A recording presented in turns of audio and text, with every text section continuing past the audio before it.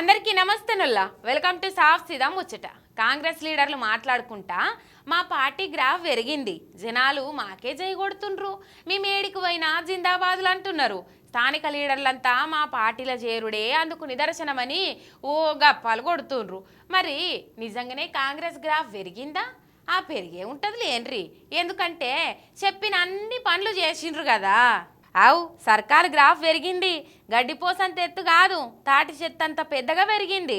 రైతు రుణమాఫీ చేసినందుకు పెరిగింది, రైతు బంధు టైంకి ఇచ్చి పంట సహాయం చేసినందుకు పెరిగింది, రైతు భరోసా ఇచ్చినందుకు పెరిగింది, వరి పంటకు 500 రూపాయలు బోనస్ ఇచ్చినందుకు పెరిగింది, పంటలకు నీళ్ళు ఇచ్చి పంటలను కాపాడినందుకు డబుల్ అయింది, ఎండిపోయిన పంటలకు నష్టపరిహారం ఇచ్చినందుకు మెచ్చుకొని మెడలేసుకుంటున్నారు, గృహజ్యోతి అని మాట ఇచ్చి అందరికి ఉచిత విద్యుత్ ఇచ్చినందుకు పెరిగింది, మహిళలకు ప్రతి నెల 2500 రూపాయలు ఇచ్చినందుకు పెరిగింది, చేయూత 4000 నెలవారీ పింఛన్లు ఇచ్చినందుకు డబుల్ అయింది, మహిళలకు ఉచిత బస్సు ప్రయాణ పథకం తెచ్చి దాంతోటి జరుగుతున్న అనర్థాలను పట్టించుకోకుండా ఉన్నందుకు పెరిగింది, 100 రోజులల్లా నెరవేరుతుంది ప్రతి గ్యారంటీ అని చెప్పి మాట తప్పినందుకు పెరిగింది, ఒక్క గ్యారంటీ కూడా సరిగ్గా అమలు చేయకుండా గప్పాలు కొట్టుకున్నట్లా కూడా మస్తు గ్రాఫ్ పెరిగింది, అధికారంలోకి వచ్చిన తర్వాత పరిపాలన చేయకుండా పనికిమాలిన పనులు చేసినందుకు పెరిగింది, ఒక రాష్ట్ర సీఎంగా బాధ్యత మరిచి లాగుల్లో తొండలేస్తాం, డ్రాయర్లు ఇప్పుతాం, మానవ బాంబులైతాం, పేగులు మెడలేసుకుంటాం అన్నందుకు పెరిగింది.